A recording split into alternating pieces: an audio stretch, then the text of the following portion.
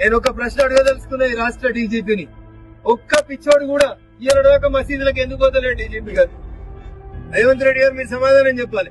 ఒక్క పిచ్చోడు కూడా ఒక చర్చిలతో చర్చి మీద రాయేస్తలేడు, ఒక మసీద్ మీద ఒక మసీద్ మీద రాయేస్తలేడు. శ్రీధర్కి వెళ్ళి మొదలుకొని బటాన్ చెరువు దాకా వచ్చేదాకా మధ్యలో ఏడో మసీదు చర్చి ఏం కనబడలేదా? ఒకటే హనుమంతుడి గుడులు మాత్రమే కనబడుతున్నాయి ఈ దాడులు చేస్తున్న వాళ్ళకి. దీని వెనకాల ఒక ఆర్గనైజ్డ్ క్రైమ్ ని ముస్లిం కమ్యూనిటీకి సంబంధించినటువంటి కొంతమంది తీవ్రవాదులకు మారినటువంటి వ్యక్తిని చేస్తా ఉన్నారు.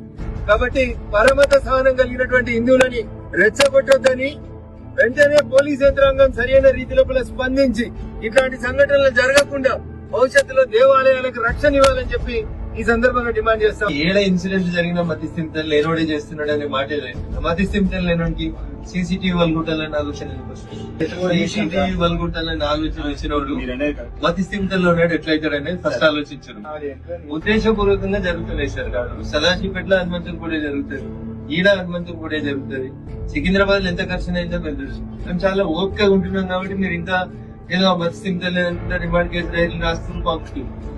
మదర్సా విషయం లోపల చిన్నపిల్లలు మైనర్స్ అని చెప్పి అప్పుడు అట్లా ఇష్యూ మొత్తం డైవర్ట్ చేసి తీసుకొచ్చారు. వాళ్ళు మొత్తం కిషన్ గంజ్ కాదు సార్ బంగ్లాదేశ్ వాళ్ళు అని చెప్తే అప్పుడు యాక్షన్ లేదు.